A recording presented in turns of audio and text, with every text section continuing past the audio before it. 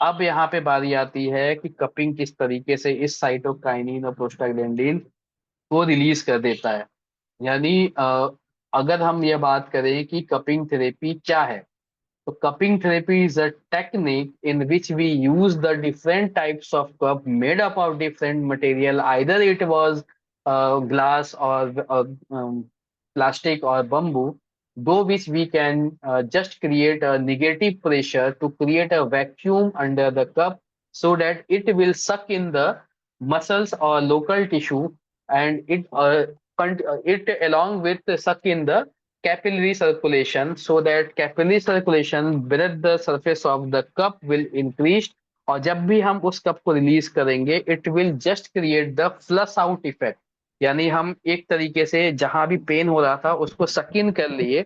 यानी जब हम ये कप लगाए तो ये सकिन कर लिए अंदर के लिए, अंदर की तरफ, और जब हम इस कप को हटाए तो वो कैपिलरी वो नीचे की तरफ वापस से सक आउट हुई, जिसके वजह से जितनी भी जितने भी केमिकल मैसेंजर थे पेन को कॉज करने वाले, यानी प्रोस्टाग्लैंडिन, साइटोकाइनिन, वो सारे फ्लश आउट हो गए। यानी it will create a flush out effect, जिसकी वजह से ये केमिकल मैसेंजर वहां फ्लश आउट हो जाते हैं और फिर से एक फ्रेश ब्लड का सर्कुलेशन उसके नीचे स्टार्ट होता है, जो कि ऑक्सीजन रिच होता है। इसके वजह से वहाँ लोकल टिश्यू में जो है इन्फ्लामेशन और पेन कम हो जाता है। ये एक मेन मैकेनिज्म है कपिंग थेरेपी का। और अगर अलग अलग कंट्री की बात की जाए तो उन्होंने अलग अलग तरीके से जो है इसको बताया है कि इसके जो है क्या क्या टेक्निक्स हो सकते हैं। किसी ने पेन गेट थ्योरी बताया है, अलग अलग थ्योरीज बताई गई है जिससे ये बताते हैं कि कैसे कैसे पेन कम होता है। लेकिन ओवरऑल सभी थ्योरी का जो सार भाग है वो यही है, सकिन इफेक्ट प्ले किया और हटाते ही वो सक आउट किया, जिसकी वजह से फ्लश आउट इफेक्ट प्ले हुआ और सारी जिस तरीके से हम फ्लश करते हैं सारी गंदगी साफ हो जाती है, उसी तरीके से ये भी फ्लश आउट इफेक्ट प्ले किया। और विदाउट एनी मेडिसिन हम वहाँ पे, without any help of medicine हम वहाँ पे इकट्ठे हुए प्रोस्टाग्लैंडिन और साइटोकाइनिन जैसे फैक्टर को रिलीज कर दिए। क्यों? अब यहाँ पे बात आती है जो मैंने सबसे पहले आप सभी को स्टार्टिंग में बताया था कि क्या जब रियो में ओलंपिक हुआ था 2016 में, तो एथलीट्स यानी जो रनिंग कर रहे थे और स्विमर्स ने जो है कपिंग थेरेपी की थी, उसके निशान उनके बैक पे थे। उन्होंने कपिंग क्यों यूज की? आप सभी को पता होगा, अगर आपको पता है तो प्लीज हैंड रेस करिएगा जो मैं बता रहा हूँ। जब भी हम दौड़ते हैं तो ऑक्सीजन की कमी होने लगती है हमारे मसल में, जिसके वजह से वहां पे अगर आप सभी ने क्रैप साइकिल पढ़ा होगा, ग्लाइकोलिसिस पढ़ा होगा, तो क्रैप साइकिल में जब लैक्टिक एसिड एनर्जी बनती है तो लैक्टिक एसिड प्रोड्यूस होता है। और ये लैक्टिक एसिड जो है आपके मसल में स्पाज्म क्रिएट करता है, यानी जकड़न क्रिएट करता है, पेन होने लगता है। इसी लैक्टिक एसिड की वजह से पेन होता है, यानी वो मसल के अंदर इकट्ठा होना शुरू हो जाता है। जब हम कपिंग करते हैं तो वहां भी यही फ्लश आउट इफेक्ट प्ले होता है, और जो लैक्टिक एसिड दौड़ने की वजह से मसल में इकट्ठा होता है, क्रैम्प आता है, पेन आता है, वो सब लैक्टिक एसिड वहां से फ्लश आउट हो जाते हैं, ऑक्सीजन रिच सप्लाई आने लगती है और पेन कम हो जाता है।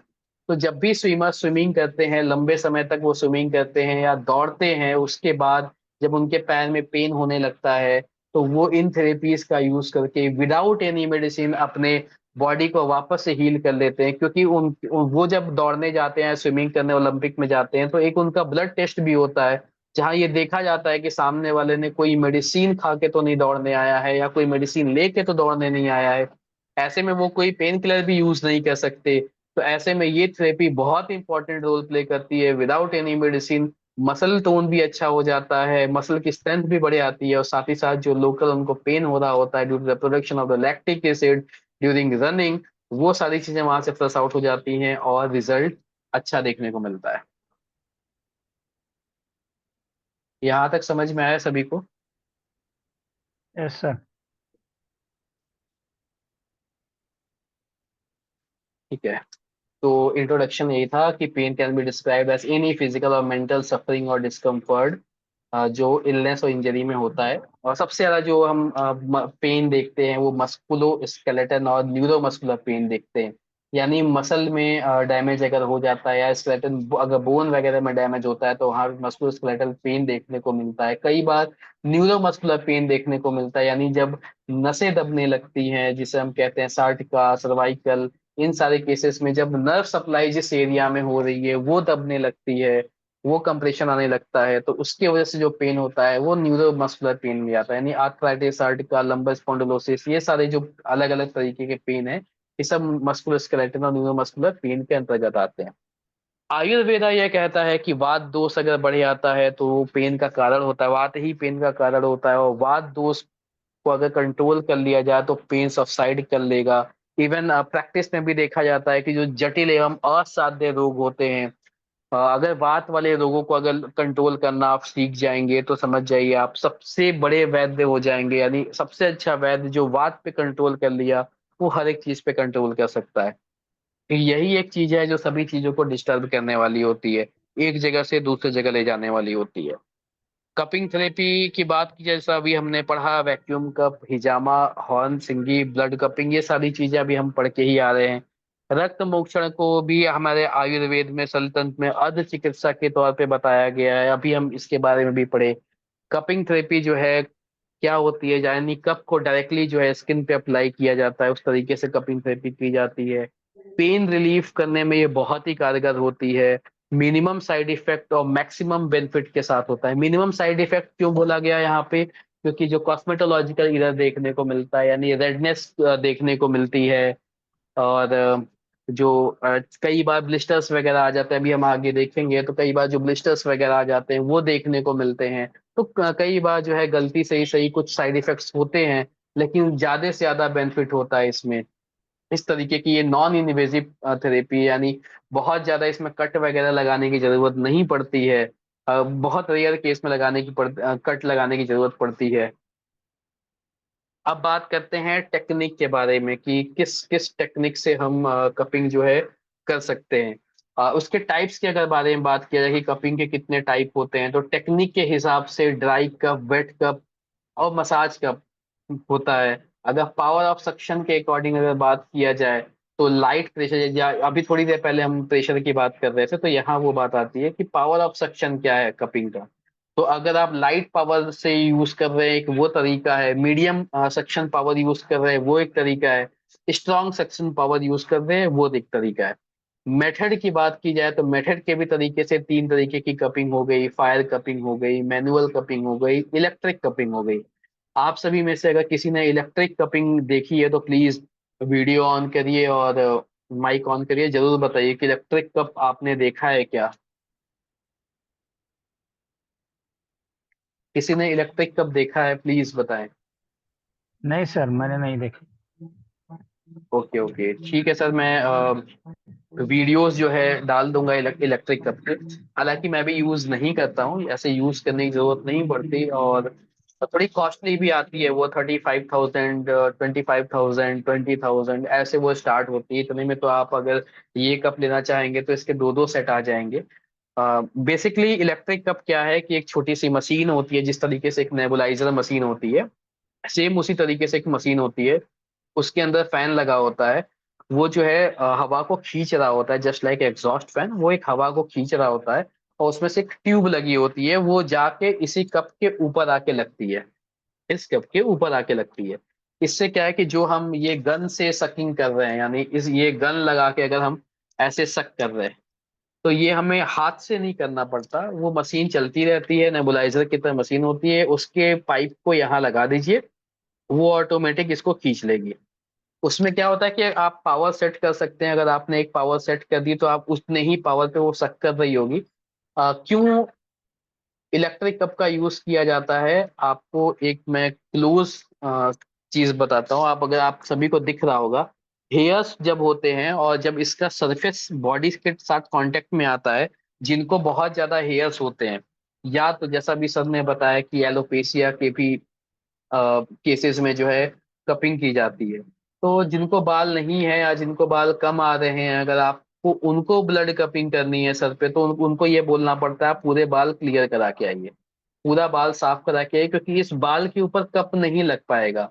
बॉडी बॉडी पे हेयर्स होने के कारण जो है ये इसके नीचे एक वैक्यूम जो हम क्रिएट कर रहे हैं, वो वैक्यूम वो एयर को वापस इंटर करने का एक रास्ता बन जाता है, थोड़ा सा एलिवेट हो जाता है, जिससे सक्शन बहुत देर तक नहीं रहता, वो सक्शन छोड़ देता है। तो इस वजह से हम हेयर हटाने को कहते हैं। या तो कई बार जब हम कपिंग कर रहे हैं, ऐसे पर्सन जिनके पीठ पे बहुत सारे हेयर होते हैं, तो उनके हेयर को निकालना पड़ता है, उसके बाद ही आप ब्लड कपिंग वगैरह कर सकते हैं। अदरवाइज ये कप लगेगा ही नहीं। तो ऐसे में इलेक्ट्रिकल कप का एक इम्पोर्टेंट प्ले होता है कि जब आप उसे लगाते हैं और लगातार वैक्यूम क्रिएट कर रहा होता है, तो इससे क्या होता है कि हवा अंदर भी जा रही होती है, तो वो भी वैक्यूम के रास्ते बाहर निकलती रहती है, जिससे कप जो है लंबे समय तक बॉडी के कांटेक्ट में होता है। अगर हम थोड़े बहुत हेयर्स हैं और कप रिलीज हो जा रहा है, तो हम इस तरीके से कप लगाने के बाद ये जो गन है उसे निकालते नहीं है, उसे एज इट इज इंटैक्ट रखते हैं, और थोड़ी थोड़ी देर पे इस तरीके से हम प्रेशर लगाते रहते हैं। फिर लगता है कि हाँ ये छोड़ने वाला है, फिर एक प्रेशर लगा देते हैं। तो ऐसे में एक थेरेपिस्ट को जो है लगातार वहां खड़ा रहना होता है, जो थोड़ी थोड़ी देरी पे एक एक प्रेशर लगाते रहेगा।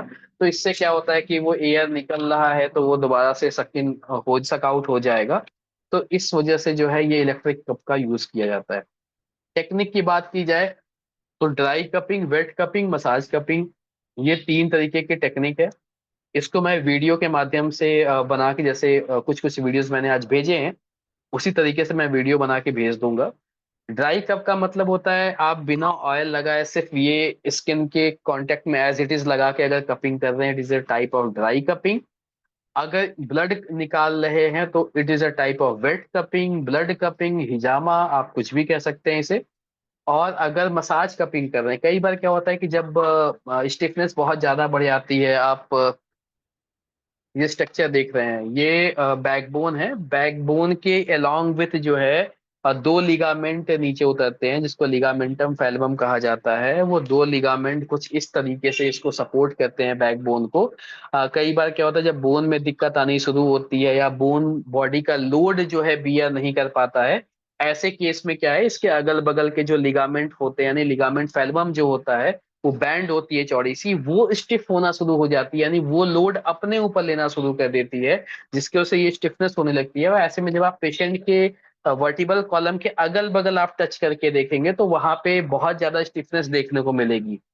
तो इस पे हम क्या करते हैं कि कप ऑयल लगाते हैं बॉडी पे, ऑयल लगाने के बाद ये कप लगा के ग्लाइड करते हैं, यानी सरकाते हैं एक जगह से दूसरे जगह तक, बहुत मीडियम प्रेशर लगा के।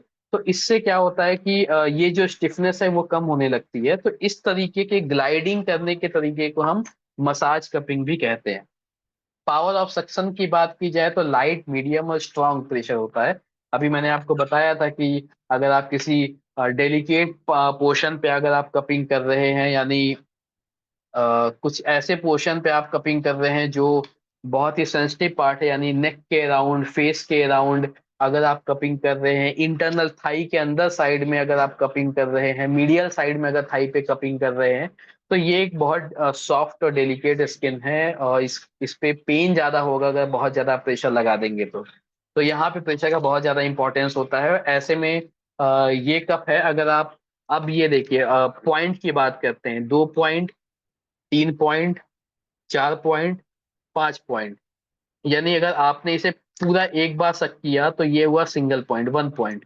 यानी इस तरीके से अगर आप सक करें, 1 point, 2 point, 3 point, 4 point, 5 point, हम मैक्स टू मैक्स 5 पॉइंट तक जाते हैं, क्योंकि 5 पॉइंट के बाद पेन आना शुरू हो जाता है।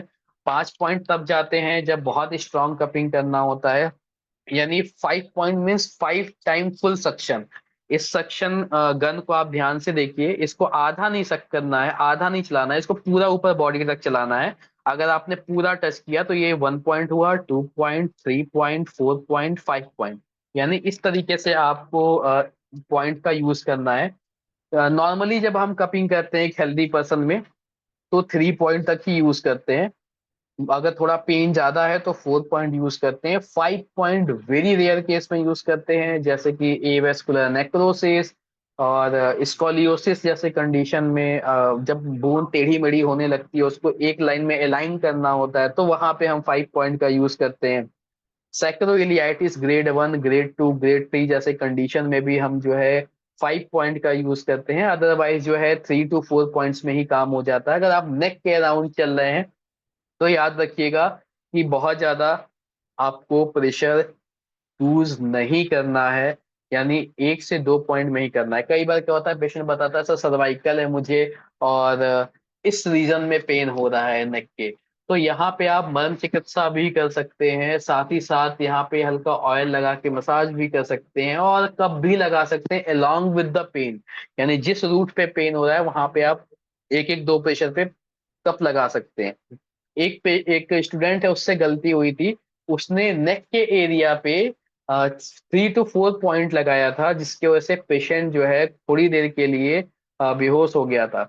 आप सभी ने एनाटॉमी में पढ़ा होगा कि नेक के मसल्स में, नेक के आसपास जो है बैरो रिसेप्टर्स होते हैं, यानी जो प्रेशर को डिटरमाइन करते हैं। ब्लड में जो प्रेशर आए, नहीं आर्टरीज और वेन्स के अंदर जो यहाँ जो प्रेशर जा रहा है, इसको ये डिटरमाइन करके उसी अकॉर्डिंग जो है बीपी को मैनेज करते हैं। कई बार अगर आप यहाँ पे प्रेशर ज्यादा पड़ जाएगा तो आपको वर्टाइगो फील होने लगेगा, ब्लड प्रेशर जो है डाउन हो जाएगा। यहाँ का प्रेशर बढ़ेगा, ब्लड प्रेशर डाउन हो जाएगा। किसी भी आप पर्सन का अगर आप गला लंबे समय तक दबाते हैं, या गला मत दबाइए, ट्रैकिया के कुछ पार्ट को क्लियर रखिए, साइड से भी अगर आप बहुत लंबे समय तक प्रेशर देते हैं तो ऐसे पेशेंट को जो है फेंटिंग होने लगती है, क्योंकि ये साइड में बैरोरिसेप्टर होते हैं। यहाँ पे अगर प्रेशर पड़ेगा तो बॉडी खुद ब खुद जो है इनवॉलंटरी जो है बीपी को जो है लोअर डाउन करने लगेगी। अगर आप इस रीजन में बहुत ज्यादा हैवी स्ट्रॉन्ग कप लगा देते हैं तो ऐसे में पेशेंट फेंट हो सकता है, उसे चक्कर आ सकते हैं। तो इस चीज का आपको ध्यान रखना है कि कभी भी नेक के अराउंड जो है बहुत स्ट्रॉन्ग कप नहीं रखना है, वहां पे 1 से 2 पॉइंट रखना है। तो ये रही बात आपके प्रेशर की, कि आप एक बार अगर खींचते हैं तो ये 1 पॉइंट हुआ, 2 बार खींचते हैं 2 पॉइंट हुआ, 3 बार खींचते हैं 3 पॉइंट हुआ।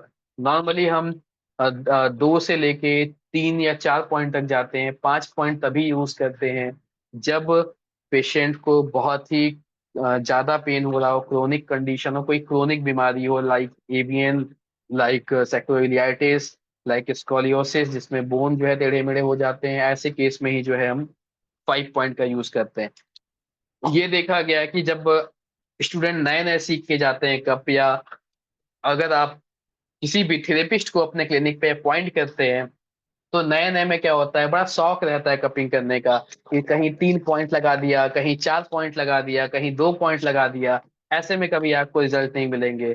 मैं सर को भी ये बोलना चाहूंगा कि इस चीज का खास ध्यान रखिएगा सर। जब आपने कहा कि पेन में बहुत अच्छे रिजल्ट नहीं मिले हैं, जब भी आप वैक्यूम कपिंग करिएगा, प्रेशर का जरूर ध्यान रखिएगा कि इक्वल जो है प्रेशर सारे कप्स पे पड़ रहा हो। कहीं प्रेशर ज्यादा होगा, कहीं कम होगा, तो कभी पेन कम नहीं होगा, उल्टा वो पेन शिफ्ट हो सकता है थोड़ी देर के लिए। यानी थोड़ी देर के लिए एक जगह से दूसरी जगह शिफ्ट हो सकता है। क्यों? क्योंकि अगर पेन गेट थ्योरी की बात की जाए, यानी पेन गेट थ्योरी क्या होता है, अगर आपको बॉडी क्या करता है, हमेशा नया स्टिमुलस पकड़ने की कोशिश करता है। फॉर एग्जाम्पल, अगर आपके पैर में चोट लगी है, गेस करिएगा, एक बार इस सिचुएशन को इमेजिन करने की कोशिश करिएगा। आपके पैर में अगर चोट लगी है, एक हाल में एक नई चोट लगी है, और आप बाइक से जा रहे हैं, अचानक से बाइक स्लिप करती है, हाथ मुड़ जाता है।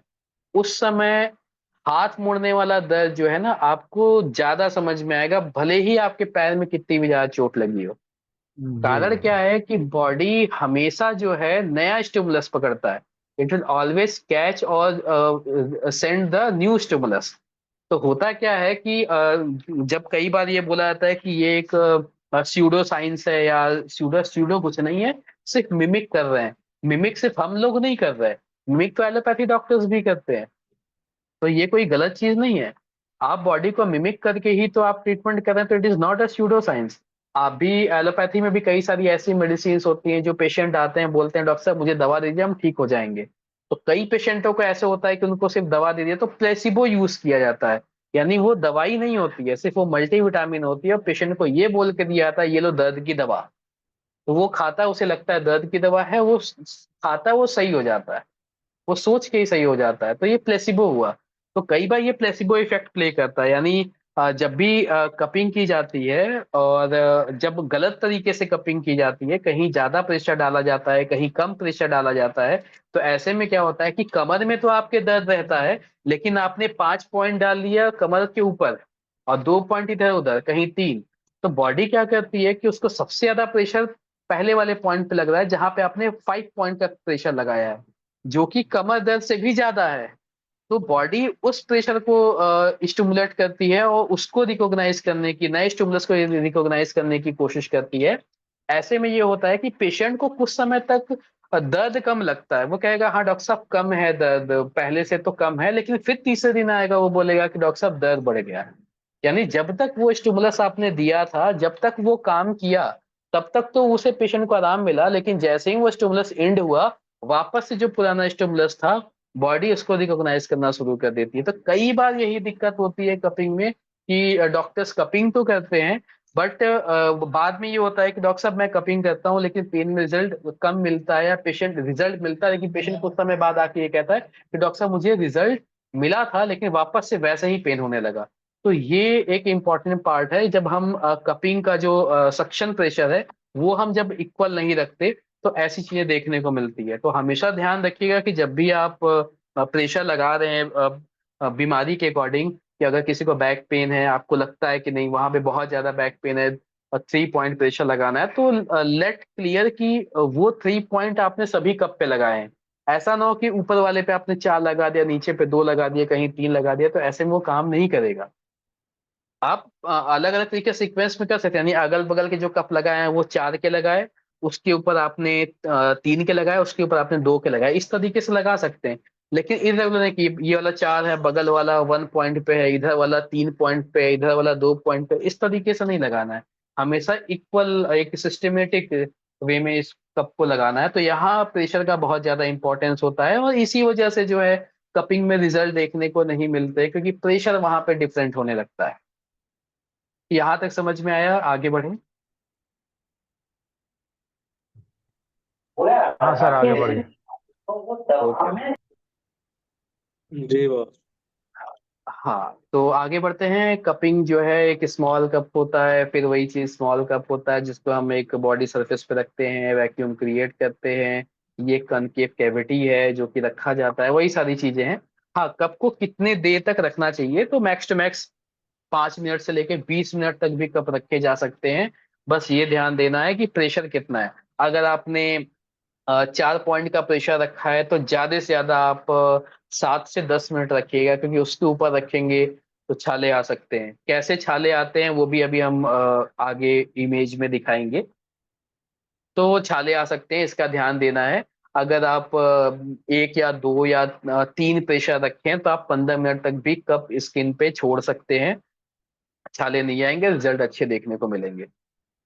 हाँ, प्रेशर की बात अगर की जाए तो सिर्फ इससे ही नहीं होता है, गन से फायर फायर कपिंग भी होती है। लेट मी शो यू, मैं दिखाता हूँ आपको।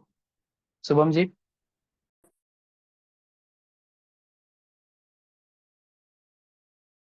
सर एक क्वेश्चन था।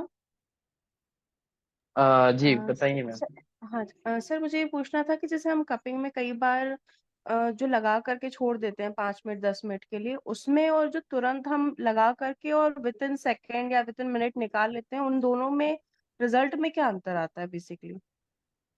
मैम देखिए, हम जो लगा के छोड़ते हैं, हमारा सिद्धांत ये होता है कि अगर पेशेंट को बहुत ज्यादा पेन है, मसल बहुत ज्यादा स्टिफ है, टच करने पे भी आपको फील हो रहा है कि मसल कड़ी है, स्टिफनेस लग रहा है आपको, तो वहां हम ज्यादा देर तक लगाते हैं।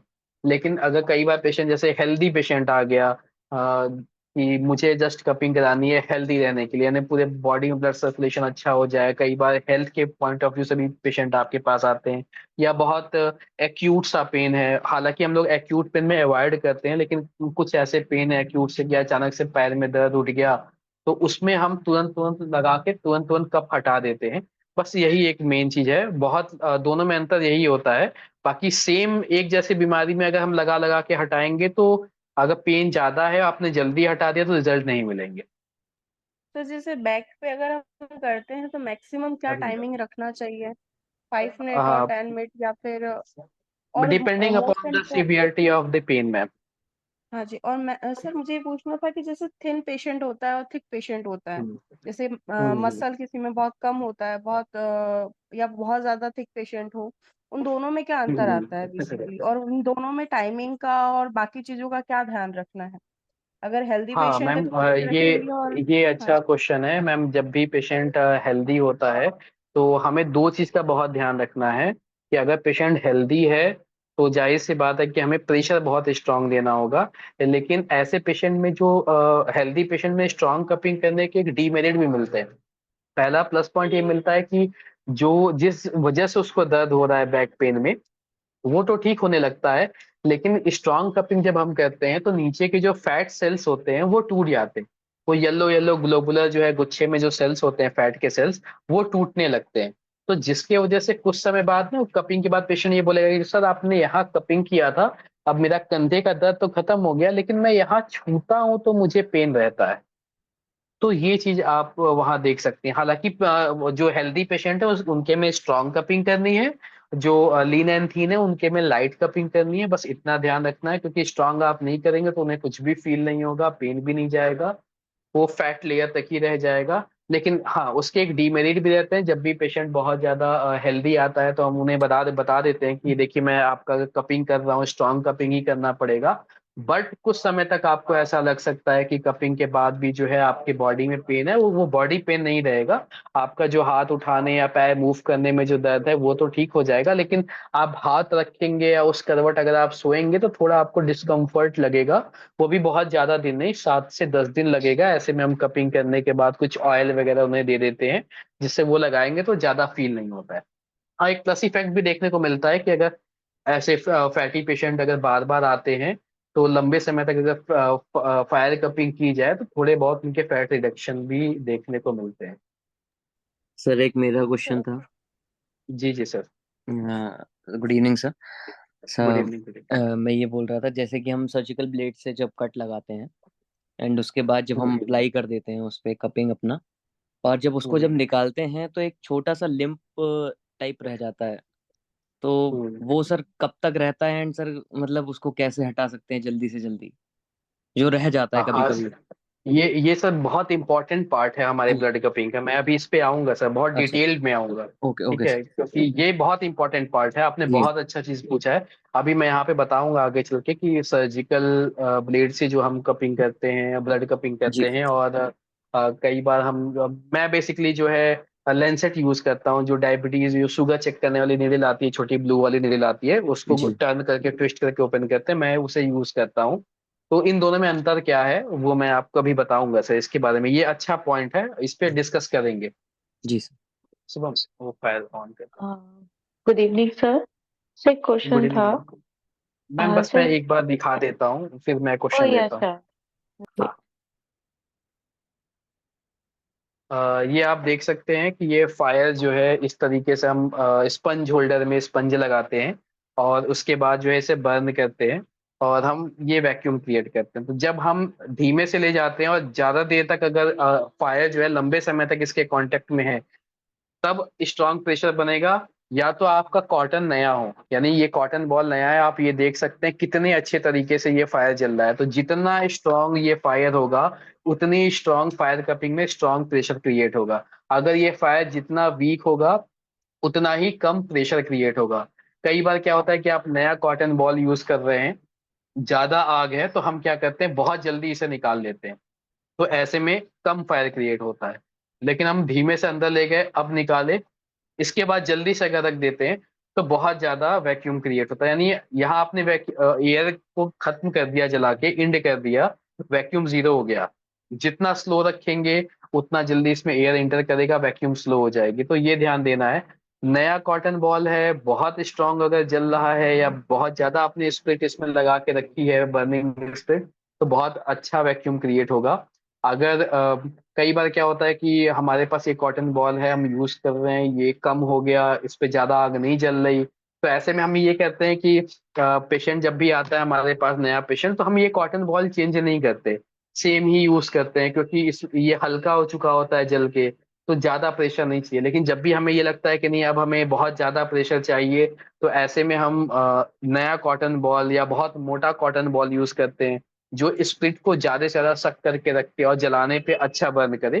तो ऐसे में हम इस तरीके से इसको लगाते हैं। और बहुत डीप लगाएंगे आप, जल्दी से रखेंगे तो कम प्रेशर है, और धीमे से रखेंगे तो ज्यादा प्रेशर क्रिएट होगा। अब धीमे से रखने का मतलब ये नहीं है कि आप इस तरीके से चलाओ और धीमे धीमे ले जा रहे हैं। धीमे से रखने का मतलब है कि ये लंबे समय तक रहा और ये जल्दी से रख दिया आपने, तो स्ट्रांग प्रेशर क्रिएट होगा। और जितना जल्दी निकाल के रखेंगे उतना कम प्रेशर क्रिएट होगा। तो ये वैक्यूम के ऊपर है कि फायर से आप किस तरीके से स्ट्रॉन्ग वैक्यूम और कम वैक्यूम क्रिएट कर सकते हैं। दूसरी चीज, अब यहाँ पे फायर जलाई है तो दूसरी चीज मैं बता दूं, इसका एक नेगेटिव असर भी होता है। आई डोंट थिंक आप लोगों को ये शायद फील नहीं हुआ होगा, लेकिन मैंने ये चीज झेला है। तो मैं आपको बता रहा हूँ। इसमें ये होता है कि जब भी हम ये फायर जलाते हैं और ऐसे हम देख के कपिंग कर रहे होते हैं, तो ये फायर की फ्लेम बहुत लंबी चलती है, जिसकी वजह से आपके हेयर जल सकते हैं। स्टार्टिंग के प्रैक्टिस में ऐसा एक दो बार हुआ था कि हेयर जल गए थे, फिर कुछ दिन बाद लगा कि मेरे हेयर क्यों कम हो रहे हैं आगे से। फिर ध्यान से देखने पर पता चला कि वो छोटे छोटे बाल जो है वो जले हुए थे। तो हमेशा ध्यान रखिएगा, एक एसओपी मेंटेन रखिएगा कि जब भी आप कपिंग थेरेपी फायर कपिंग करिएगा तो एक सर्जिकल हेड कैप जो है सर्जिकल कैप जरूर पहन के रहिएगा, जिससे हेयर जलने के चांसेस कम हो। या तो अगर आप कपिंग कर रहे हैं तो आप ऐसे ऊपर से मत देखिएगा, आप दूर से ही खड़े होकर जितना दूर आपका हाथ जाएगा उस तरीके से आप जो है कपिंग कर सकते हैं। बहुत पास रख के मत करिएगा या पास रख के देखने की कोशिश मत करिएगा, अदरवाइज हेयर कई बार जो है बियर्ड भी जल सकती है। तो ये चीजें हुई हैं, तो इस चीज का आगे ध्यान रखिएगा। कई बार क्या होता है, हेयर धीमे धीमे उसकी फ्लेम के जो इफेक्ट से जो है धीमे धीमे जलती है और पता भी नहीं चलता कि वो हेयर जल रही है। तो ये ध्यान रखिएगा, वो धीमे धीमे सिकुड़ के जिस तरीके से नायलॉन के थ्रेड जलाने पे सिकुड़ के पीछे आ जाते हैं, उसी तरीके से हेयर भी सिकुड़ सिकुड़ के छोटी होने लगती है, तो पता नहीं चलता है। तो एक ये सेफ्टी पॉइंट ध्यान रखिएगा। हाँ मैम, अब आप पूछिए, आप क्या पूछ रहे थे। हाँ सर, जैसे हमने एक बार एक सेशन में कपिंग थेरेपी कर दी, तो वहां पे जैसे मार्क्स रह जाते हैं, तो अगर नेक्स्ट सेशन में हम अगले दिन पेशेंट को बुला रहे हैं, तो फिर प्लेस फिर हम वहां पे कितने दिनों बाद या कितने टाइम बाद हम वहाँ दोबारा सेम एरिया पे कपिंग कर सकते हैं? हाँ मैम, कपिंग कर सकते हैं अगर मार्क्स रह गए हैं। अभी आगे भी हम मार्क्स के भी बारे में बात करेंगे कि मार्क्स कैसे रहते हैं। और मार्क्स अगर हैं जनरली मैम, फायर कपिंग अगर करते हैं तो रेड मार्क्स आते ही आते हैं। कई बार वो बहुत ज्यादा ब्लैक हो जाते हैं, कई बार वो बहुत ज्यादा ब्राउन हो जाते हैं। तो ऐसे में अगर छाले नहीं पड़े हैं तो आप अगले ही दिन आप कपिंग कर सकते हैं, क्योंकि मैम मेरे यहाँ क्या है कि जब ऐसे पेशेंट आते हैं बहुत सीवियर होते हैं तो 2 टाइम कपिंग करनी पड़ती है, सुबह शाम। तो ऐसा नहीं है, रेडनेस होती है उसके बावजूद जो है उस पर ही कपिंग की जाती है। कई बार पूरा पीठ जो है पेशेंट का रेड हो जाता है, लेकिन वो पेशेंट को समझाना होता है यस कि सर। ये रेडनेस जो है धीमे धीमे चली जाएगी। हालांकि मैं अपने प्रैक्टिस में कपिंग के बाद उन रेडनेस पे पेशेंट को सतधौत घृत लगाने को देता हूँ। आप भी इसे यूज कर सकते हैं। सतधौत घृत लगाने से बहुत प्लस इफेक्ट देखने को मिलते हैं, जल्दी जो है हीलिंग भी होती है और पेन भी दोबारा नहीं आता है। जिस प्रकार से घी के बारे में बताया गया, घृत पित्त अनिल हरदम, अनिल वायु और पित्त दोनों का समन करता है। तो ऐसे में रेडनेस भी कम हो जाती है और स्टिफनेस भी दोबारा नहीं आती है। अब यहाँ पे जब बात उठी है तो ये भी बता दूं कि जब भी आप सभी कपिंग करिएगा, ये ध्यान रखिएगा कभी भी एसी थेरेपी रूम में जो है कपिंग मत करिएगा। अगर आपके पास थेरेपी रूम है और एसी चैम्बर है आपके पास, तो ध्यान दीजिएगा कि वो टेम्परेचर शुड भी जो है 27 से ऊपर ही रखिएगा, यानी 32 के आसपास अगर आप रख सकते हैं तो रखिएगा। क्योंकि बहुत ज्यादा अगर आप कम करेंगे तो स्टिफनेस ठंड की वजह से ज्यादा आएगी। थेरेपी करने के बाद पेशेंट को ये जरूर एडवाइस करना है कि आपको बहुत ज्यादा ऊंची आवाज में बोलना नहीं है। जैसे हम पंचकर्म में अवॉइड कराते हैं, ऊंची आवाज में बोलना नहीं है, बहुत ज्यादा ड्राइविंग नहीं करना है, पेशेंट को ड्राई फ्रूट्स खाने से अवॉइड करना है, पेशेंट को फर्मेंटेड फूड खाने से अवॉइड करना है, पेशेंट को खट्टा अचार और दही खाने से अवॉइड करना है। और पेशेंट से ये भी कहना है कि अगर आप गर्मियों के सीजन में कपिंग कर रहे हैं तो ये ध्यान दीजिएगा कि पेशेंट घर जाके कूलर के सामने न सोए, या पेडेस्टल या स्टैंड फैन लगा के सामने न सोए, और या तो एसी की हवा डायरेक्ट ना ले, क्योंकि अगर ऐसा वो करता है तो अगले दिन पेशेंट का पेन बहुत ज्यादा बढ़ जाता है। तो ये चीज हमें अवॉइड करवाना है। ये छोटी छोटी चीजें हैं जो कपिंग में ध्यान रखने वाली चीज है। कई बार क्या होता है कि कुछ डॉक्टर्स ट्रेनिंग पे आए हैं, वो गए हैं, वो बताएं डॉक्टर साहब मैं कपिंग करता हूँ, पेशेंट कपिंग के दौरान तो ठीक रहता है, उठने के बाद कहता है ठीक है, फिर जैसे ही वो घर जाता है बताता है कि पेन बढ़ गया। तो वो एसी चैम्बर में कपिंग करते हैं। कपिंग हम लोग जब भी करते हैं तो फैन वगैरह ऑफ करके करते हैं, अच्छी गर्मी होती है, इवन हमारे थेरेपिस्ट और मैं खुद जो है काफी स्वेटिंग से परेशान हो जाते हैं। तो कपिंग के असली रिजल्ट तभी देखने को मिलेंगे। अब बहुत ज्यादा अगर आप एसी चैम्बर में कर रहे हैं तो वहाँ एक निगेटिव इफेक्ट देखने को मिलेगा, ये चीज ध्यान दीजिएगा। तो कपिंग का एक ध्यान देने वाली चीज ये है कि अगर आप इसे यूज कर रहे हैं तो टेम्परेचर थोड़ा सा बढ़ा के रखिएगा, ताकि वो रूम टेम्परेचर के बराबर रहे, पेशेंट को बहुत ज्यादा दिक्कत ना देखने को मिले। और हाँ मैम, आपका आंसर यही है कि आप कपिंग कर सकती हैं पेशेंट को दोबारा बुला के, अनटिल अनलेस वो रेडनेस वाली जो एरिया है उससे बहुत ज्यादा अगर पेन नहीं है तो आप बुला के कर सकती हैं कपिंग। हम लोग क्या करते हैं मैम बेसिकली कि जब भी कपिंग करते हैं तो पेशेंट की जो है 4 डेज लगातार कपिंग करते हैं सुबह शाम, और उसके बाद उसे 2 दिन का रेस्ट देते हैं। कपिंग 15 दिन करना है तो इसका मतलब ये नहीं है कि हम 15 दिन लगातार करते हुए जा रहे हैं। बॉडी को हीलिंग फेज भी चाहिए। जिस प्रकार से आप जिम में एक्सरसाइज करते हैं, कुछ दिन लेग करते हैं, कुछ दिन बैक करते हैं, कुछ दिन शोल्डर करते हैं, उसी तरीके से बॉडी को भी रेस्ट चाहिए हीलिंग फेज के लिए। हम अगर लगातार कपिंग कर रहे हैं तो 3 से 4 दिन अगर आप कपिंग करते हैं तो उसके बाद पेशेंट को 2 दिन का रेस्ट दीजिए और 2 दिन बाद बुलाइए, उसके बाद कपिंग स्टार्ट करिए। या आप 1 दिन का भी रेस्ट दे सकते हैं। रेस्ट देना बहुत जरूरी है क्योंकि उसमें पेशेंट और अच्छे तरीके से हील करता है। ये मैं अपने प्रैक्टिकल अनुभव के आधार पे बता रहा हूँ कि मैंने जितना भी देखा है, मेरे यहाँ एकदम एसओपी फिक्स है कि पेशेंट हमारे पास आएगा, 4 डेज उसकी फायर कपिंग होगी, वैक्यूम कपिंग होगी, उसके बाद उसे 2 से 3 दिन का रेस्ट दिया जाएगा। पहले बार जो रेस्ट दिया जाता है 1 दिन का, उसमें ये बोला जाता है कि आपको कंप्लीट बेड रेस्ट करना है। सेकेंड टाइम जब रेस्ट दिया जाता है तो पेशेंट से कहते हैं रेस्ट तो दे रहे हैं लेकिन आप मॉर्निंग वॉक इवनिंग वॉक करके आएंगे जिससे सर्कुलेशन आपका मेंटेन रहे। कई सारे ऐसे केसेस जिसमें डॉक्टर्स ने ये बता दिया है पेशेंट को कि आप चल नहीं सकते, आपको एकदम अवॉइड है। एवियन के केसेस में पेशेंट को बोल देते हैं आपको चलना नहीं है। ऐसे में भी पेशेंट को फ्रॉम 4 थेरेपीज हम पेशेंट को कहते हैं जाओ दौड़ के आओ, वॉकिंग करके आओ। पेशेंट आके बोलता है सर दर्द बढ़ गया, उसी अकॉर्डिंग हम कपिंग के भी इंटेंसिटी को बढ़ाते हैं। क्योंकि होता क्या है कि जब भी आप इनिशियली कपिंग स्टार्ट करते हैं तो पेशेंट को रिजल्ट मिलते हैं, लेकिन रिजल्ट परमानेंट होने चाहिए। इसकी वजह से हम पेशेंट को दौड़ाते भी हैं, फिर बताते हैं कि पेन आया, हाँ सर पेन आया, फिर किस जगह पेन एग्जैक्ट आया आप वो लोकेशन बताओ, उस एग्जैक्ट जगह पे ब्लड कपिंग और 5 पॉइंट ऑफ कपिंग, 5 पॉइंट के प्रेशर के साथ कपिंग अप्लाई करते हैं। उसके बाद फिर जब पेशेंट को कहते हैं अब दौड़ के आओ आओ फिर बताना, फिर जब पेशेंट रेस्ट पीरियड के बाद दौड़ के आके बताता है तो कहता है सर इस बार नहीं आया पेन, इस बार तो बहुत कम था पेन। तो यानी पेशेंट थेरेपी के दौरान ही, ड्यूरिंग थेरेपी पेशेंट अपने नॉर्मल लाइफ में आ रहा है, जहां उसे ये बोला गया था पिछले 3 से 4 महीने में कि आपको दौड़ना नहीं है, कंप्लीट बेड रेस्ट पे रहो। आपके थेरेपी के ही दौरान वो पेशेंट दौड़ने लगा, नॉर्मल हो गया। तो ये आप प्रोग्रेस देखते जाते हैं। पेशेंट को आप बेड रेस्ट पे डालोगे कंप्लीट, अगर आप बेड रेस्ट पे डालोगे, जाहिर सी बात है किसी को भी कोई भी दिक्कत हो वो बेड रेस्ट पे जाएगा तो उसे आराम मिलेगा ही मिलेगा। वो वापस अपने नॉर्मल लाइफ में आएगा तो वापस से उसका पेन शुरू हो जाएगा। तो हम थेरेपी के दौरान ही उसे दौड़ाते भी हैं, उसे एक्सरसाइज भी करवाते हैं, ताकि जो कमी रह जा रही है। कई बार क्या होता है कि पेशेंट रेस्ट कर रहा है, आप कपिंग कर रहे हो, थोड़ा बहुत जो पेन आ रहा है पेशेंट कह रहा है कि नहीं सर अब तो पेन नहीं आ रहा, क्योंकि वो रेस्ट फेज में है। जहां पेन आ भी रहा था वो भी खत्म हो गया। तो आपको कैसे पता चलेगा कि पेशेंट कंप्लीटली ठीक हो गया? वो तब पता चलेगा जब पेशेंट बैक टू अपने नॉर्मल लाइफ में आने लगे, सारी एक्टिविटी परफॉर्म करने लगे, उसका पेन उस समय अगर ना आए, देन इट मीन कि वो पेशेंट नॉर्मल हो चुका है। तो हम पेशेंट से बोलते हैं एक्टिविटी करो, फिर बताता है सर अब यहाँ पेन नहीं है, यहाँ थोड़ा बहुत रह गया है। देन इट मीन कि यहाँ का जो पेन था पहले वो खत्म हो चुका है, यहाँ रह गया। देन हम उस एरिया पे फोकस करते हैं। यानी हम एक ब्रॉड एरिया से एक छोटे एरिया की तरफ आते जाते हैं, फिर वहां पे फोकस करते हैं, हल्का फुल्का रह जाता है, देन अग्निकरण विद्युकरण से वो कवर हो जाता है। तो इस तरीके से हम एसओपी फॉलो करते हुए चलते हैं।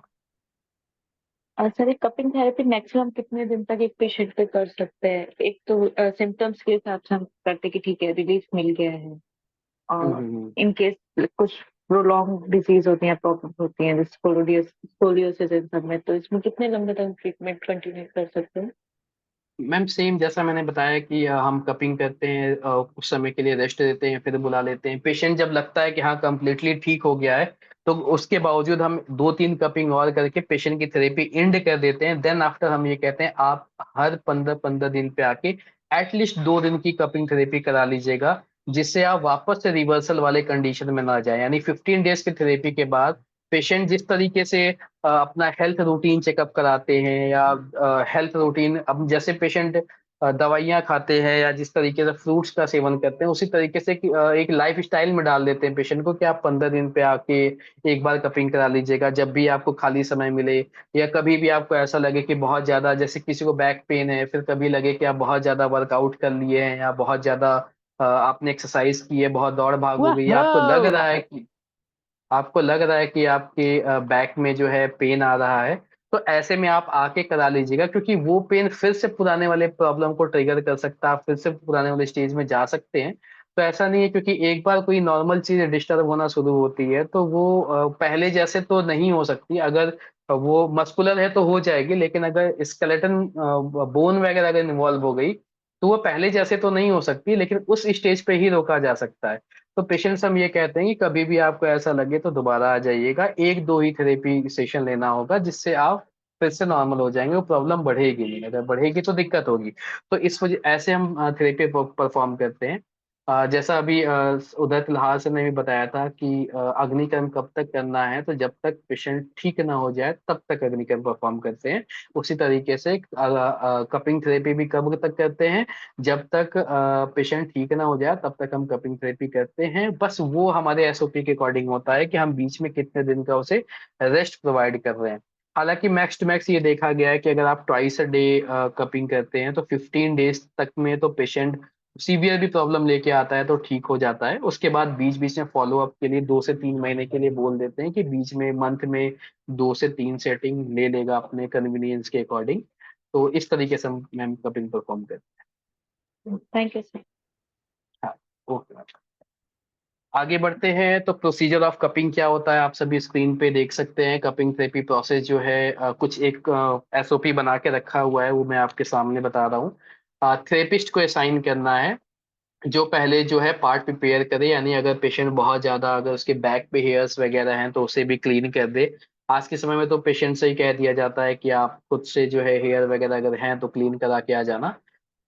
इससे क्या होता है कि कप का सक्शन अच्छे तरीके से लग सकता है।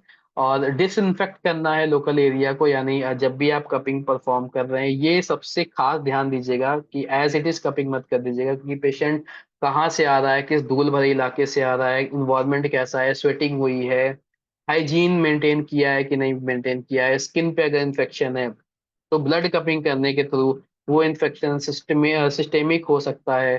तो वो आपके लिए एक नया चैलेंजिंग इशू हो जाएगा। कई बार ऐसा देखा गया है कि पेशेंट जो है वो पार्ट जो है वो क्लियर डिसइंफेक्टेड नहीं किया था, स्प्रिट से जो है वो क्लीन नहीं किया जाता है। ऐसे में ब्लड कपिंग करने के दौरान जो है कुछ समय बाद वहां पे पकना यानी पस बनना, ऐसी भी चीजें देखी गई हैं। तो ये चीज का खास ध्यान रखना है कि कपिंग करते समय हमेशा स्किन के एरिया को क्लीन करिए, उसके बाद ही कपिंग करिए। तो हम हमारे पास जब भी पेशेंट आता है हम पूरे उसके जैसे पीठ पे कपिंग करना है तो पूरे पीठ को जो है वो क्लियर करते हैं। उसके बाद जो है अगर अभ्यंग करके करना है तो ऑयल लगा के पहले बढ़िया से उसका स्नेहन करते हैं। उसके बाद अगर बहुत स्टिफनेस है स्वेदन करते हैं, उसके बाद कपिंग करते हैं। अदरवाइज अगर ड्राई कपिंग करनी है, ऑयल भी नहीं लगाना है, तो एज इट इज स्टार्ट कर देते हैं। सुटेबल साइज के कप लेना है। सुटेबल साइज के कप आप कैसे डिसाइड करें, क्योंकि कप के भी अलग अलग साइज हैं। आप ये देख सकते हैं ये 3 अलग अलग कप के साइज हैं।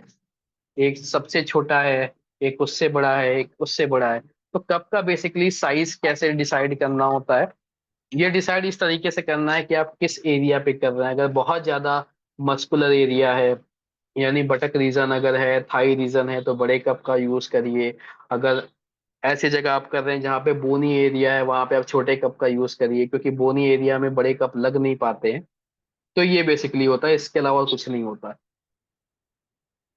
कप को जो है स्किन पे 3 से 20 मिनट के लिए रख सकते हैं। अभी मैंने बताया कि कब कैसे रखेंगे, कितना देर रखेंगे, उसके अकॉर्डिंग वो रिमूव करते हैं। फिर जिस एरिया पे हम कप लगाए होते हैं हम उसे क्लीन करते हैं, यानी अगर ऑयल लगा के किए तो क्लीन करिए, अगर आपने ड्राई कपिंग की है तो भी क्लीन करिए। जो रेडनेस वाला एरिया है वहां पे कुछ एंटीसेप्टिक वगैरह लगा दीजिए। जैसे मैं सद्धौत घृत या जात्यादि घृत का सबसे ज्यादा यूज करता हूँ कपिंग के दौरान। इवन अग्निकर्म के बाद भी जात्यादि घृत और सद्धौत घृत का यूज किया जाता है। तो इस तरीके से हम लगा सकते हैं। अगर आपने कट वगैरह लगाया है, ब्लड कपिंग की है, तो वहां पे आप जो है डिसइंफेक्टेंट के तौर पे कुछ आप यूज कर सकते हैं। मैं स्टिल जो है जात्याधिक रीति यूज करता हूँ। मैकेनिज्म ऑफ एक्शन क्या है इसके बारे में भी मैंने बता दिया कि कपिंग जो है लोकल ब्लड सर्कुलेशन को इंक्रीज करता है, जिसकी वजह से पेनफुल जो मसल टेंशन है वो खत्म हो जाता है।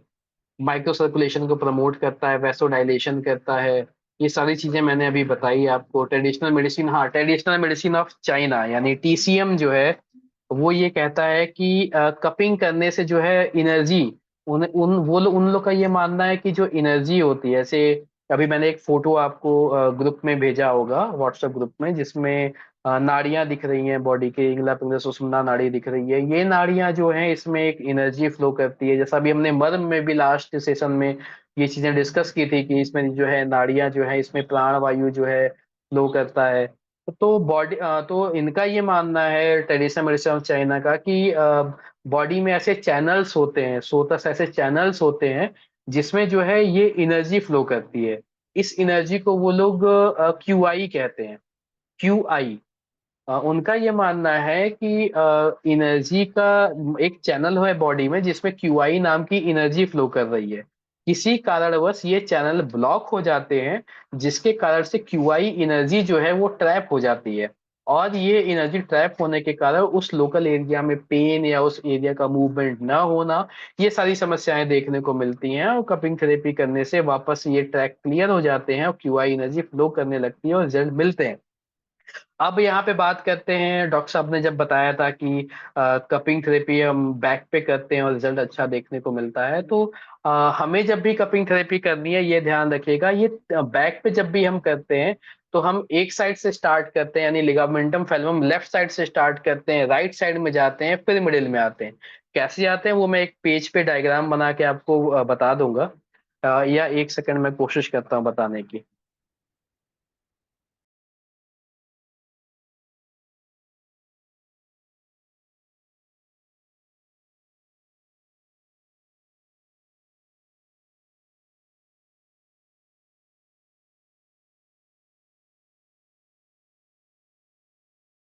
मैं बताने की कोशिश करता हूँ।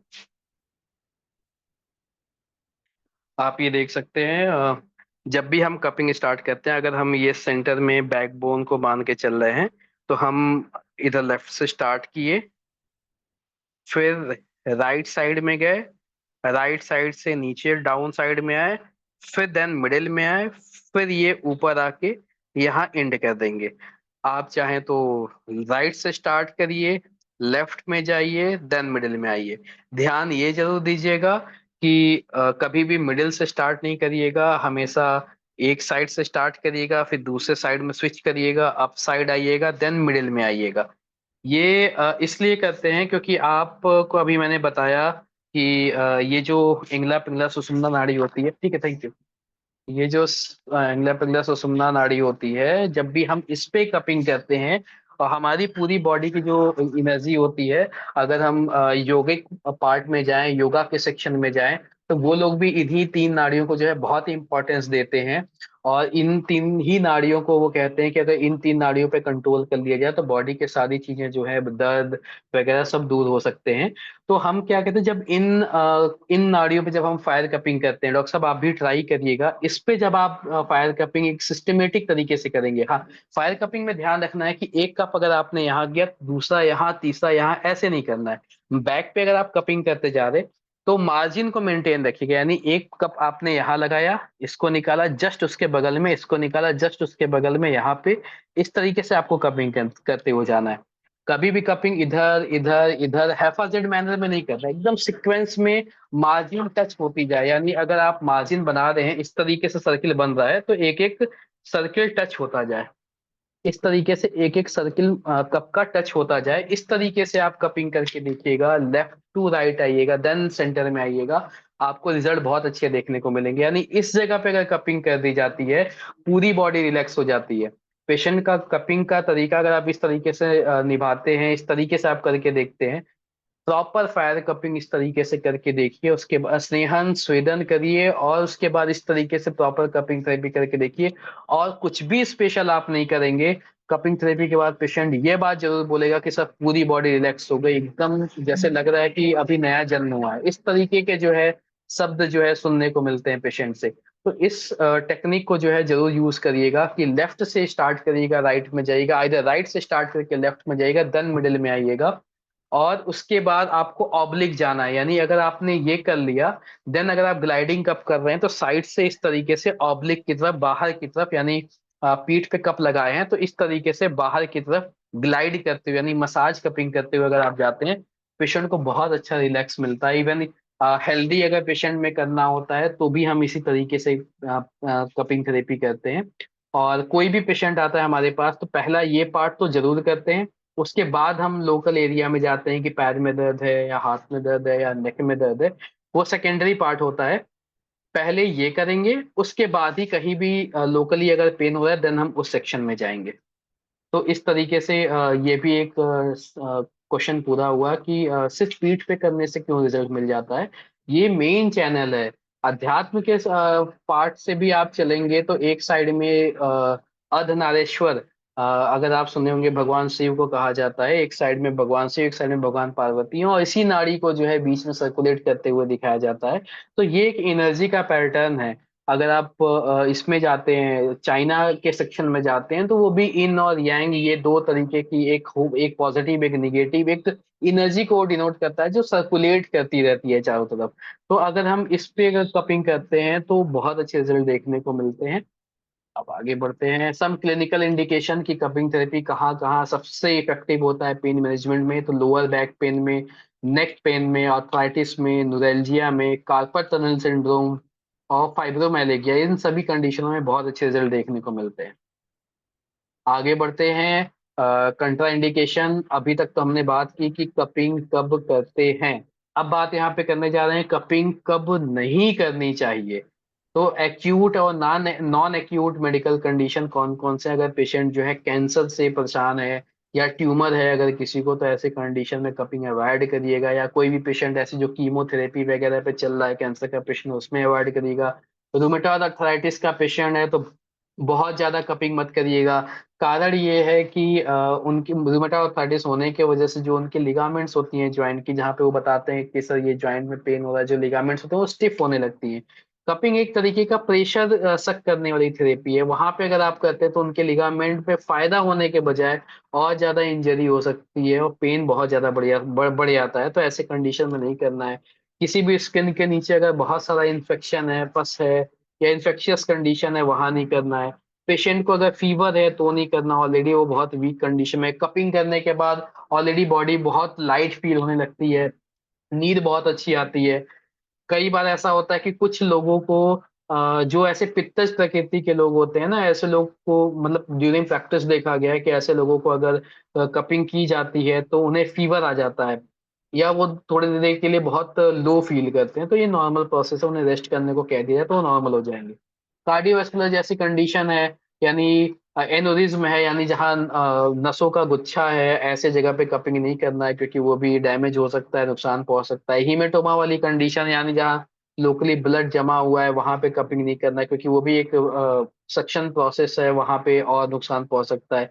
डीप वेन थ्रोम्बोसिस है अगर किसी पेशेंट को, ये सबसे ज्यादा कॉमन मिस्टेक देखने को मिलती है। एक दो स्टूडेंट यहाँ से सीख के गए थे, उन्होंने बोला कि बॉस मेरे पास डीप वेन थ्रोम्बोसिस का पेशेंट आया है, मैं उसकी कपिंग कर रहा हूँ। ऐसे में गलती से भी कपिंग नहीं करनी है क्योंकि डीप वेन थ्रोम्बोसिस में क्या होता है, थ्रोम्बस यानी एक क्लॉट जो है वो वेन के अंदर जो है कहीं ना तो कहीं पड़ा होता है। और अगर आप कपिंग करते हैं, सकिन करते हैं और छोड़ते हैं, तो ऐसे में अगर वो क्लॉट टूट के गलती से भी जाके अगर हार्ट के किसी एक छोटे भी आर्टरी में फंस गया तो हार्ट अटैक के चांसेस हो सकते हैं। तो इस वजह से डीप वेन थ्रोम्बोसिस में हाईली जो है अवॉइड करना है कपिंग थेरेपी को। डीप वेन के थ्रोम्बोसिस के केस में गलती से भी कपिंग थेरेपी नहीं करिएगा, अदरवाइज कभी भी पेशेंट को रिस्क हो सकता है। हो सकता है कि ड्यूरिंग कपिंग थेरेपी ही पेशेंट जो है डेथ कर जाए। तो ये एक बहुत ही रिस्की कंडीशन है, इसमें नहीं करना है। आगे किडनी डिजीज जैसे कंडीशन में नहीं करना है। अब कई बार पेशेंट का होता है, हम लोग एसओपी फॉलो करते हैं। जैसे पेशेंट हमारे पास अगर ब्लड कपिंग के लिए आ रहा है तो हम पेशेंट के वायरल मार्कर्स करा लेते हैं, यानी वीडीआरएल टेस्ट वगैरह जो है, और सिफिलिस का टेस्ट हो गया, बाकी एड्स हो गया, एचआईवी हो गया, एचबीएसएजी हो गया, इसका टेस्ट जरूर कराना है क्योंकि सबसे पहले the first safety priority is yours कि आपको सेफ रहना है। Second safety priority is patient की, कि पेशेंट को सेफ रहना है। पहला सेफ्टी प्रायोरिटी आप और आपके थेरेपिस्ट हैं, आप लोगों को हमेशा से सेफ जोन में रह के करना है। जब भी आप कपिंग थेरेपी, ब्लड कपिंग कराने जा रहे हैं, तो ध्यान रखिएगा कि इन सभी चीजों का एक प्रॉपर जो है इन्वेस्टिगेशन कराने के बाद ही करिएगा। HIV, HBS, AG, सिफिलिस, ये सारी जैसी बीमारियां जो हैं, वायरल मार्कर्स जो हैं, ये करा लीजिएगा।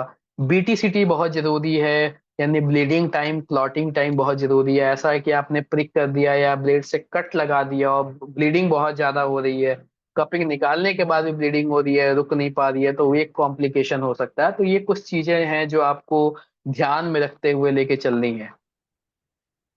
आगे चलते हैं कि स्किन हाइपर सेंसिटिविटी अगर किसी को हो तो नहीं करना है। सोराइसिस जैसे कंडीशन में, रैशेज या सनबर्न अगर किसी को, तो नहीं करना है। आपने एक बीमारी सुनी होगी, डर्मेटोग्राफ, यानी अगर स्किन पे इस तरीके से अगर लाइन भी खींच खींच दी जाए हाथ से तो वो उभड़ के बाहर आ जाती है। ऐसे बहुत सारे पेशेंट होते हैं जो जिनकी स्किन जो है बहुत ज्यादा सेंसिटिव होती है। तो उनके में दिक्कत ये होती है कि अगर हम कप लगा रहे हैं तो जहां जहां कप लगाते हैं वो सर्किल ही उभड़ के बाहर आ जाता है। हमारे पास एक पेशेंट है, ए वेस्कुलर नेक्रोसिस का पेशेंट आया था। तो उसकी कपिंग करने में बहुत दिक्कत हुई थी क्योंकि वो बहुत ज्यादा सेंसिटिव था। स्किन पे ऐसे हाथ भी लग जाए तो बाहर आ जाता था। तो ऐसे में जब जितनी भी कप लग उसके पीठ पे लगाए जाते थे, रेडनेस के साथ साथ वो एरिया पूरा उभड़ के बाहर आ जाता था, नहीं वो सर्किल उभड़ के बाहर आ जाता था। तो ऐसे में दिक्कत होती है। लेकिन कंडीशन उसकी ऐसी थी, एवेस्कुलर नेक्रोसिस था, हालांकि ऐसे कंडीशन में कपिंग अवॉइड थी, लेकिन उससे ज्यादा मेजर प्रॉब्लम उसकी जो है एवियन की थी। इस वजह से वो सारी चीजें करनी पड़ी कपिंग की। लेकिन उसके साथ जाते आदि और जब सदभॉत दिया गया तो वो बहुत जल्दी सबसाइड भी किया। ऑल एक्यूट मस्कुलोस्केलेटल डिजीज, यानी पेशेंट सीढ़ी पे से गिर गया, पैर में मोच आ गई, अगर आपके पास आ रहा है कि डॉक्टर साहब कपिंग कर दीजिए, मत करिएगा। क्योंकि कपिंग लोकल सर्कुलेशन को बढ़ाता है। लोकल सर्कुलेशन जितना ज्यादा बढ़ेगा वहाँ पेन उतना ज्यादा आएगा, वहाँ स्वेलिंग उतनी ज्यादा होगी। अगर आप ऐसे कंडीशन में कपिंग करते हैं, एक्यूट कंडीशन में, तो वहां पे उल्टा आप पेन और बढ़ा देंगे, स्वेलिंग और बढ़ा देंगे। इस वजह से कभी भी एक्यूट कंडीशन में कपिंग नहीं करनी है। पेशेंट अगर फोन करता है, आपके क्लिनिक पे आता है, विजिट करता है, डॉक्टर साहब मैं बाइक से गिर गया, मुझे चोट लग गई है, बैक में पीठ में पेन हो रहा है, आप कपिंग करवाना है, या अगर आपको लगता है कि पेन हो रहा है, अभी हाल में ही चोट लगी है, तो ऐसे में कभी कपिंग मत करिएगा। ऐसे में पेशेंट को ठंडे चीज से सिकाई करने को कह सकते हैं, कपिंग नहीं करना है। अगर 7 दिन बीत जाता है, 7 दिन बाद भी अगर pain still as it is रहता है या कम नहीं होता है, तो ऐसे में हम कपिंग परफॉर्म कर सकते हैं। 7 दिन बाद एक्यूट कंडीशन में कपिंग परफॉर्म नहीं करना है। कपिंग थेरेपी एक नॉन सर्जिकल थेरेपी है, जिसका यूज जो है बहुत बड़े लेवल पे किया जा रहा है पेन मैनेजमेंट के सर एक लिए। क्वेश्चन था। हाँ जी मैम बताएं। सर ये पूछना था कि एक्यूट पेन में आप मना कर रहे हैं, लेकिन हमारे ओपीडी में लगभग डेली 10 to 15 पेशेंट मोस्टली, क्योंकि इस एरिया में कपिंग और बाकी सब चीजें हम लोग करते ही हैं हमारे सेंटर पे। तो मोस्टली अभी हम्म। इस एरिया में ऐसा हो गया है कि एक्यूट कंडीशन में जो पेशेंट्स होते हैं वो ही हम्म। पेशेंट्स में हम कपिंग करते हैं और हमें रिजल्ट अच्छे आते हैं। तो एक्यूट कंडीशन मैम कैसे, जैसे आप प्लीज बताएंगे। जैसे कई बार कुछ ना कुछ कोई सामान उठा लिया और उसके बाद से फिर बैक उनका उठ नहीं पा रहा है, या फिर कहीं मैम पे वो लग गया है स्पाज्म उसकी वाली वजह से कंडीशन है, पेन आ रहा है। हाँ वो हाँ जी। स्पाज्म वाली कंडीशन है। कई हाँ बार जी। चोट लगने पे जैसे मैंने बताया, एक्यूट कंडीशन में पेशेंट अगर गिर गया, उसको चोट लग गई, ऐसे कंडीशन में जहाँ पे हमें ये ध्यान देना है कि ब्लड सर्कुलेशन वाला सिस्टम इन्वॉल्व है। अब जैसे आपने बताया हैवी सामान उठाया, पीठ में खिंचाव आ गया, तो खिंचाव अगर स्पाज्म पड़ रहा है, यानी वो लिगामेंट और टेंडन्स की अगर वहाँ पे इन्वॉल्वमेंट है, तो वहाँ पे आप परफॉर्म कर सकते हैं। लेकिन अगर वहां पे ब्लड सर्कुलेशन बहुत ज्यादा है, फॉर एग्जांपल अगर पेशेंट गिरा, उसके शोल्डर में चोट लग गई और वहां पे स्वेलिंग आ गई है, तो ऐसे एक्यूट कंडीशन में हमें अवॉइड करनी है। ये चीज ध्यान रखना है कि अगर वहां पे ब्लड सर्कुलेशन वाला एरिया इन्वॉल्व हुआ है तभी अवॉइड करना है। इस सिद्धांत को ध्यान में रखते हुए कि अगर वहां वैसोडाइलेशन हो रहा है, होगा, अगर हम कपिंग करेंगे तो नुकसान पहुंचेगा। लेकिन अगर ऐसी कंडीशन है जहाँ पे सिर्फ लिगामेंट इन्वॉल्व है या सिर्फ टेंडेंस इन्वॉल्व हैं, तो वहाँ हम कपिंग कर सकते हैं। सेम चीजें अग्निकर्म में भी हम करते हैं। अगर पेशेंट हमारे पास आता है, अगर वहाँ स्वेलिंग वगैरह होती है तो नहीं करते, लेकिन अगर सिर्फ पेन होता है, टच करके हम देखते हैं, अगर स्वेलिंग नहीं है, स्टिफनेस वगैरह है, खिंचाव पड़ा है, तो वहाँ पे हम ये परफॉर्म कर सकते हैं। तो बट जैसे अगर पेशेंट आया, आप बोल रहे जैसे ट्रॉमा हम्म की हल्की सी कंडीशन रही, तो उस कंडीशन में हम्म उसे हम अभ्यंग स्वेदन करने के बाद में लोकल, और फिर अगर हम्म। कुछ नॉर्मल अमाउंट में हम उसे कपिंग करें, बहुत ज्यादा प्रेशर की हाँ नहीं, हाँ, वो मैम तो फिर वो वहां पे आप प्रेशर का ही हो गया, आप कर सकती हैं। अगर आप लाइट प्रेशर यूज कर रही हैं तो कर सकती हैं, कोई दिक्कत नहीं है। जी, ओके सर, थैंक यू। ये इस वजह से मैम, इस वजह से मेन फोकस करके अवॉइड करवाने की बात कर रहे हैं, क्योंकि यहाँ सभी प्रैक्टिस नहीं कर रहे, कई ऐसे फ्रेशर्स भी हैं। तो ऐसा ना हो कि वो स्टार्टिंग में ही इस चीज को जो है स्ट्रॉन्ग कपिंग किसी ऐसे एक्यूट कंडीशन में कर दें, वो प्रॉब्लम बढ़े है। इस वजह से इनिशियल ये लेवल 1 है ट्रेनिंग का, जिसमें हम बेसिक चीजें बता रहे हैं कि किस जगह पे जनरली अवॉइड किया जाता है। आप जैसे जैसे एक्सपर्टाइज होते जाते हैं अपने प्रैक्टिस में, तो वहां पे आप एक अलग तरीका निकाल लेते हैं युक्ति पूर्वक कि किस तरीके से हम कपिंग कर सकते हैं। जैसा आपने बताया कि हम लो प्रेशर वगैरह भी यूज करके कर सकते हैं। एक्चुअली सर ना इस एरिया में मतलब लोगों को बीच में हो ही ऐसा गया है कि उन्हें कपिंग हम्म। से और बेसिक कुछ कुछ चीजों से ना अच्छा रिजल्ट मिलता है, क्योंकि अभी मैं रूरल हाँ एरिया में बिल्कुल प्रैक्टिस मिलता है। कर रही हूँ। जी तो जी। लोगों के दिमाग में हो गया है कि यहाँ पे जाएंगे, हल्का सा स्टीम होगा, स्टीम के बाद में कपिंग या फिर अग्निवेद्य कर्म जो भी हम बेसिक प्रोवाइड कर सकते हैं, तो वो हम हम्म करवाएंगे तो उन्हें रिजल्ट मिल जाएगा। तो हम्म एक्यूट से एक्यूट भी और नॉर्मल टू नॉर्मल पेशेंट भी यहाँ पे इसी टाइप से आते हैं कि कपिंग होना ही होना। तो उसमें हम्म। मैं डिस्टिंग्विश नहीं कर पा रही हूँ कि आप किस तरह के केसेस में मना कर रहे हैं एक्चुअली। अच्छा अच्छा मैम, देखिए बेसिकली अगर इन शॉर्ट बात करें तो जहाँ पे स्वेलिंग ज्यादा है, अगर स्वेलिंग ज्यादा दिख रही है पेशेंट को, देन वहां पे हम कपिंग अवॉइड करेंगे। युक्ति पूर्वक अगर करना है तो स्वेलिंग के अगल बगल, यानी मैं अगर अपनी बात करूं तो मैं एक्यूट कंडीशन में भी करता हूं। बस अगर शोल्डर पे चोट लगी है, पेन है, यहाँ पे स्वेलिंग है, तो शोल्डर के आसपास, शोल्डर पे नहीं करते हैं कपिंग, उसको छोड़ के उसके आसपास के एरिया में कर देते हैं। क्योंकि जब भी मसल कहीं भी चोट लगती है तो सिर्फ लोकल मसल इन्वॉल्व नहीं होती, मसल के इंसर्शन और ओरिजिन कहाँ कहाँ है वो भी इन्वॉल्व होते हैं, वहां से स्टिफनेस क्रिएट होती है। तो हम मसल के इंसर्शन और ओरिजिन पार्ट को देखते हैं कि वहां पे कौन सी लोकल मसल है, कहाँ पे उसका इंसर्शन है, कहाँ से ओरिजिन हो रही है। अगर हम वहां पे भी कपिंग कपिंग करते हैं तो रिजल्ट मिलता है। फॉर एग्जांपल, अगर इस जगह पेन हो रहा है, यहाँ की मसल की इंसर्शन यहाँ पे है, अगर हम यहाँ भी कपिंग करते हैं तो इस जगह के पेन को वो कवर अप कर लेती है।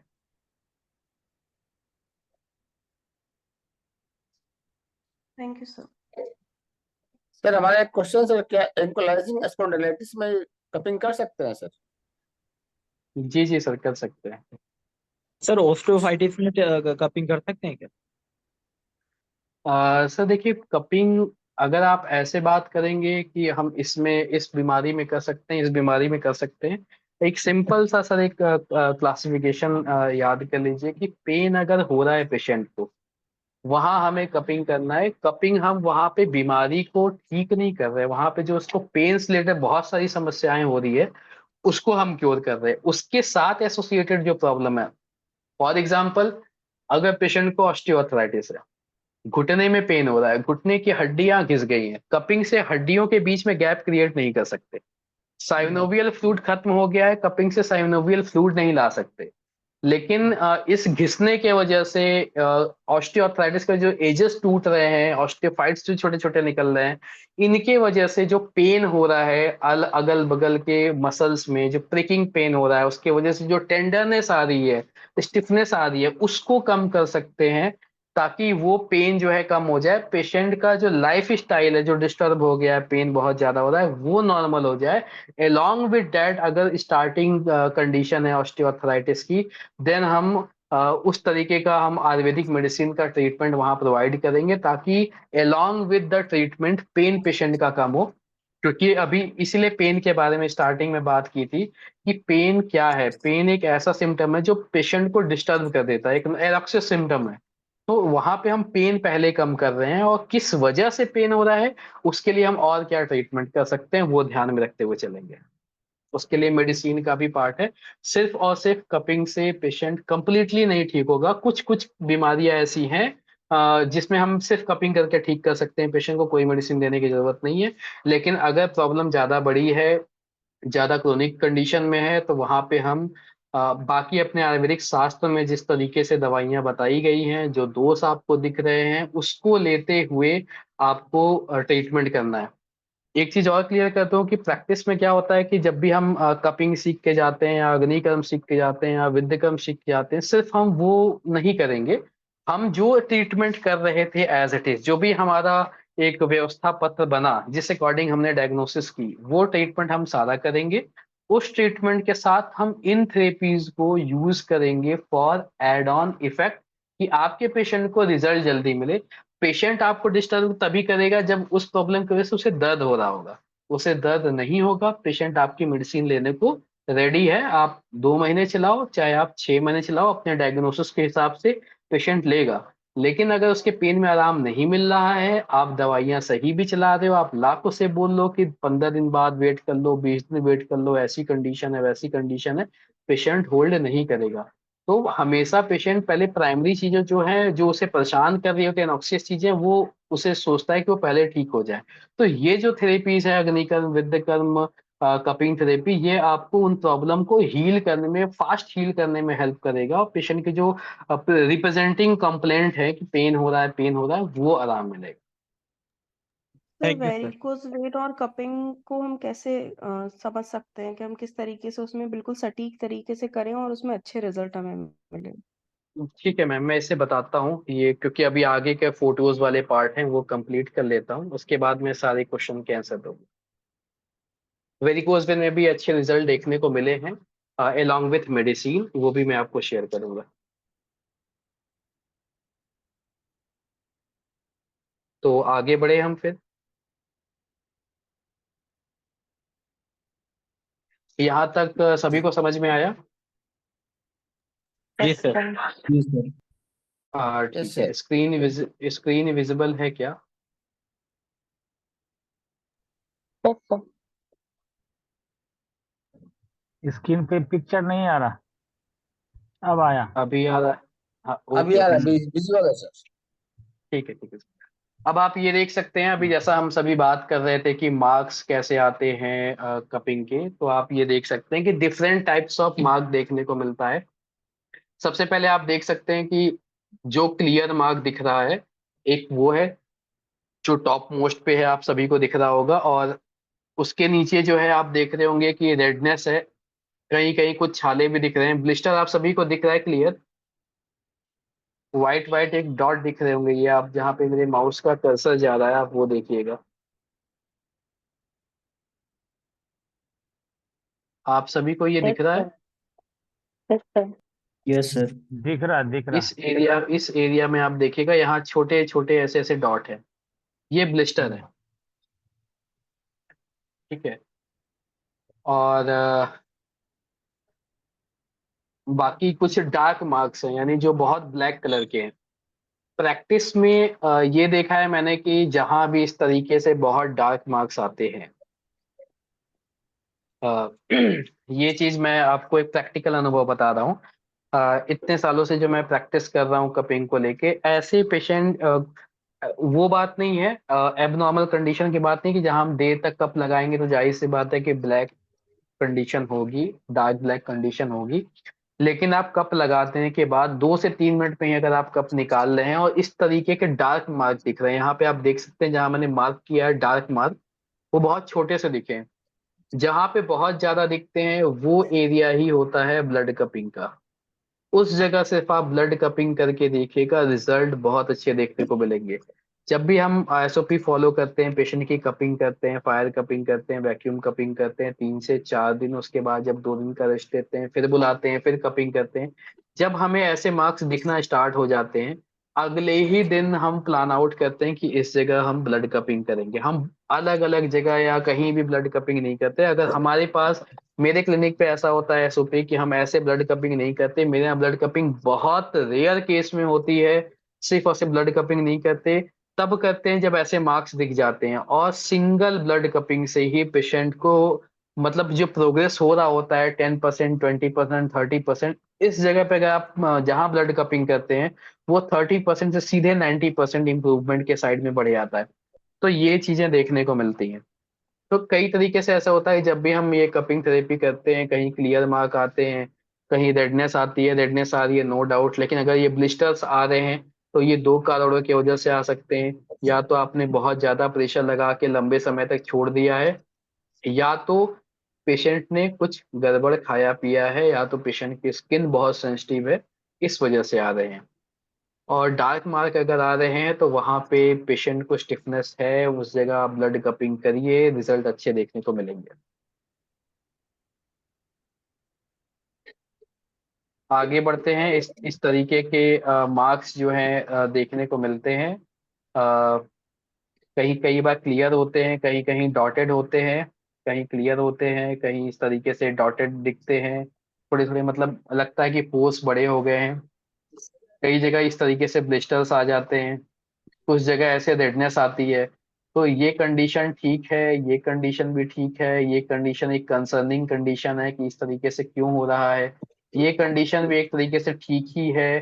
बस ध्यान देना है कि ऐसे जगहों पे फायर कपिंग आप ज्यादा करिएगा। लेकिन ये जो नीचे की कंडीशन है, ऐसे कंडीशन अगर आपको कभी देखने को मिलती है, इस तरीके का कलर आपको देखने को मिलता है, तो ध्यान दीजिएगा कि पेशेंट को जो है वहां पे ब्लड कपिंग की आवश्यकता है। वहां ब्लड कपिंग करेंगे तो रिजल्ट देखने को मिलेगा। अब यहाँ आप क्लियर कट देख सकते हैं किस तरीके से ब्लिस्टर आए हैं। एक केस है जिसमें कम ब्लिस्टर आए थे, एक केस है जिसमें ज्यादा ब्लिस्टर आए थे। तो जो आप पहला केस देख रहे हैं, अ, ये जो आप पहला केस देख रहे हैं, इसमें जो ब्लिस्टर आए थे, ये ये देर तक कप लगाने की वजह से आए थे। यानी ये थेरेपिस्ट की गलती की वजह से आए थे। इसमें क्या है कि कप लगाने के बाद ध्यान नहीं दिया गया, और बाकी चीजों की तैयारी में कि आगे जो थेरेपी करनी थी उसकी तैयारियों में लग गया, जिसके वजह से ये ज्यादा प्रेशर था, और ज्यादा प्रेशर होने के कारण पेशेंट की स्किन भी जो थी थोड़ी सेंसिटिव थी। इस वजह से जो है यहाँ पे इस तरीके के ब्लिस्टर देखने को मिले। सेकेंडरी जो कंडीशन है, जो बड़े बड़े आप ब्लिस्टर देख रहे हैं, बड़े बड़े छाले आ गए थे। अब हाँ, अब इन छालों को ट्रीट कैसे करना है ये भी बताएंगे। ये जो बड़े बड़े छाले आ गए थे, इसमें क्या हुआ था कि पेशेंट से जब हिस्ट्री ले गए, और ऐसे 8-9 केसेस हमारे यहाँ हुए हैं स्टार्टिंग कंडीशन में जब प्रैक्टिस स्टार्ट की गई थी। तो कुछ पेशेंट ऐसे थे जिनके में ऐसे छाले आ जाते थे, इंस्पाइट की हाँ बहुत प्रॉपर तरीके से पेशेंट का जो है ट्रीटमेंट किया गया हो, प्रॉपर तरीके से प्रेशर का ध्यान रखा गया हो, उसके बावजूद आ गया। पेशेंट की स्किन भी जो है थोड़ी, देखिए आप इसमें ध्यान दे सकते हैं, मैं ये वही पेशेंट है जो एवियन वाला था। आप इसके स्किन को देख सकते हैं, जहाँ कप लगाया गया है वो स्किन भी जो है, आप मैं दूसरे कलर से मार्क कर देता हूँ। आप ये देख सकते हैं, ये एरिया, ये जो स्किन है ये इस तरीके से उठ गई है। इतनी सेंसिटिव स्किन थी कि सिर्फ ये 3 मिनट के लिए कप लगा था, और इस तरीके से स्किन जो है इनकी उठ गई थी। नॉर्मली जो है बहुत हम स्ट्रांग प्रेशर लगाते हैं तब ऐसे स्किन उठती है, लेकिन लाइट प्रेशर में यानी सिर्फ 3 पॉइंट का प्रेशर था, उसके बावजूद ये स्किन जो है ऐसे एलिवेट होके बाहर आ गई, और इस तरीके के जो है छाले देखने को मिले। तो ऐसे बहुत सारे पेशेंटों में हुआ, जब उनसे पूछा गया कि आपका जो डाइटरी पैटर्न है वो कैसा रहा है, तो उन्होंने जब बताया तो एक बड़ी यूनिक चीज पता चली, मतलब ये भी मेरे लिए नई थी प्रैक्टिस में, कि ऐसे पेशेंट जो है साउथ इंडियन फूड और फर्मेंटेड फूड बहुत ज्यादा खाते हैं, या हैवी प्रोटीन डाइट लेते हैं। यानी ऐसे पेशेंट, कई बार जिम के भी पेशेंट आते हैं, जिम वर्कआउट जो करते हैं वो आते हैं कि अपने बॉडी को जो है हेल्दी रखे रहें।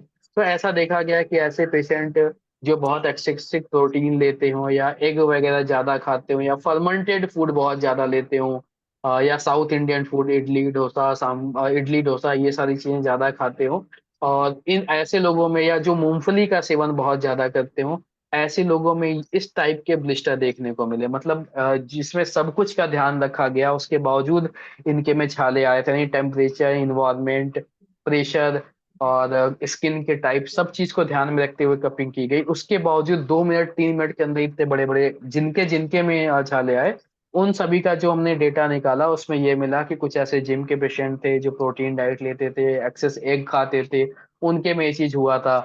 कुछ ऐसा हुआ जो फर्मेंटेड फूड खाते थे। मेरे साथ के भी डॉक्टर्स हैं जो कपिंग थेरेपी करते हैं, उनसे भी जब पूछा गया आपके साथ ऐसा हुआ था क्या, उन्होंने भी बताया कि हाँ सर ऐसा हुआ था। फिर उनसे भी बोला गया आप भी उन पेशेंटों का डाटा लेना, क्या वो ऐसा कुछ खाते हैं क्या, तो उन्होंने भी बताया हाँ सर एक्सेस प्रोटीन डाइट। या कई पेशेंट ऐसे हैं जिनका डाइजेशन बहुत ज्यादा वीक था, ऐसे लोगों को भी ये देखने को मिलता है। आगे बढ़ते हैं।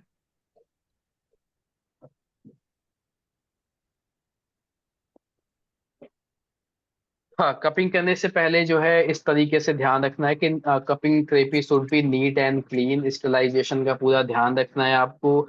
बॉडी पार्ट को जो है आपको क्लीन करके ही कपिंग करनी है।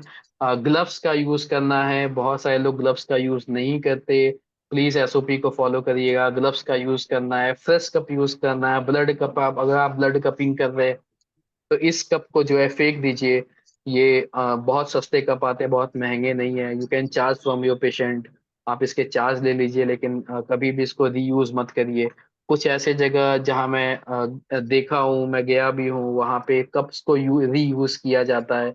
ये बहुत गलत है, कप को कभी रीयूज मत करिए। ये स्टरलाइज नहीं हो सकते, अगर आप इसको स्टरलाइज करने की कोशिश करेंगे ये पिघल जाएंगे, टेढ़े मेढ़े हो जाएंगे और कंप्लीटली स्टरलाइज नहीं हो सकते। आप एक तौर पे फायर कप को स्प्रिट वगैरह लगा के बर्न कर सकते हैं 2-3 बार, अगर इस पे ब्लड लग गया हो तो। इवन हम लोग कोशिश करते हैं कि अगर फायर कप पे ब्लड वगैरह लग गया हो तो हम इसको भी डिस्कार्ड कर देते हैं। तो हाइजीन का प्रॉपर ख्याल रखना है आपको। अब माल प्रैक्टिस ऑफ कपिंग थेरेपी आप स्क्रीन पे देख रहे होंगे। माल प्रैक्टिस कैसे की जाती है, गलत तरीके से प्रैक्टिस कैसे की जाती है। कई सारे ऐसे फोटोज जो है सामने आते हैं कि कहीं भी लगा दिया गया, पूरा लगा दिया गया, पेशेंट को भर दिया गया पूरे कपिंग से, मतलब एक तरीके से टैटू बना दिया गया। तो इस तरीके से आपको नहीं करना है। कपिंग का हमेशा ध्यान रखना है कि कपिंग आप जब भी कर रहे हैं एक पॉइंट के अकॉर्डिंग करिएगा। जैसा अभी आपको मैंने बताया भी था, स्टिफनेस जहाँ हो उस अराउंड ही आप कपिंग करिए। मसल के इंसर्शन ओरिजिन को ध्यान में रखते हुए करिए। अगर बैक में कहीं पेन हो रहा है, बैक में आप कपिंग तो लगा रहे हैं लेकिन उसका इंसर्शन का है, वो मसल अगर ऊपर अपर बैक में आके अगर अटैच हो रही है या वहां से ओरिजिनेट हो रही है तो एक बार कप वहां जरूर लगाइएगा। अगर मसल का इंसर्शन ओरिजिन, लाइक ये मसल है, यहाँ इंसर्शन है, यहाँ ओरिजिन है, और अगर आप इंसर्शन के पास में कहीं पेन है, अगर आप वहां कप लगा रहे हैं तो इस मसल को अलोंग विथ समझते हुए उसके ओरिजिन वाले पार्ट पे भी जो है कप जरूर लगाइएगा। इसके लिए आपको एक बार जो है मसल के बारे में पढ़ना होगा, और इजली हम सभी लोग जो है बीडी चौरसिया पढ़े होंगे एनाटॉमी की बुक, उसमें मसल के बारे में बहुत अच्छे से दिया हुआ है कि कौन सी मसल कहाँ से निकलती है, कहाँ इंसर्ट होती है। और नॉर्मली हम जो प्रैक्टिस करते हैं वो बैक मसल पे ही सबसे ज्यादा करते हैं, पैर की मसल पे सबसे ज्यादा करते हैं। तो ये इजी है, बहुत हार्ड नहीं है। पैर की मसल और बैक की मसल, शोल्डर की मसल, यही इसी पे ही ज्यादा कपिंग करते हैं। तो आप एक बार जो स्टार्टर हैं, जो फ्रेशर हैं, उसको इस तरीके से देखते हुए आप स्टार्ट करिएगा। धीमे धीमे प्रैक्टिस में आते आते मसल की इंसर्शन ओरिजिन याद हो जाएगी। कुछ एडवर्स इफेक्ट देखते हैं, इस तरीके के एडवर्स इफेक्ट भी देखने को मिलते हैं। ये कुछ फॉरेन के सीन है, कपिंग जहाँ होती है वहां पे आप देख सकते हैं कि कितना ज्यादा, 3rd नंबर की जो इमेज है, बहुत ज्यादा कपिंग जबरदस्ती प्रेशर के साथ किया गया जहाँ पे इस तरीके के रेडनेस आए। इवन ब्लिस्टर के साथ जो है खून भी आने लगता है। फायर कपिंग किया गया जहाँ पे जला ही दिया गया पेशेंट के स्किन को। स्टार्टिंग में हमने यही बताया था कि जब भी हम कपिंग कर रहे हैं ये ध्यान रखना है कि रिम वाला जो पार्ट है वो बहुत ज्यादा हीट ना हो, अदरवाइज जल सकता है। और आगे हम देखते हैं स्किन, एक पहली स्किन जो है वो जली हुई है, दूसरे स्किन के पास हम जाते हैं, वहां देखते हैं कि ग्लाइडिंग कपिंग यानी जो मसाज कपिंग होती है, एक जगह से दूसरे जगह ग्लाइड किया जाता है, वो बहुत ज्यादा फोर्सफुली किया गया है, जिसके वजह से अब आप ये देख सकते हैं कि ये एरिया यहाँ से कप लगाई गई और यहाँ से लेके इस जगह तक जो है कप खींची गई है, यानी मसाज किया गया है। यहाँ से लेके यहाँ तक कप को खींचा गया है, वो इतना स्ट्रांगली खींचा गया है कि ये निशान पड़ गया है। तो इस तरीके से भी कपिंग नहीं करना है। आप ये देख सकते हैं यहाँ से लेके इस तरीके से सीधे भी मसल को जो है मसल पे ग्लाइडिंग कपिंग की गई है। ये आप ब्लिस्टर देख सकते हैं साइड में, किस तरीके के जो है वो ब्लिस्टर निकल के आ जाते हैं सामने, जब अगर गलत तरीके से कपिंग की जाती है, प्रेशर वगैरह का ध्यान नहीं दिया जाता है तो ये हमें खास ध्यान रखना है। Thank you, that was from my side.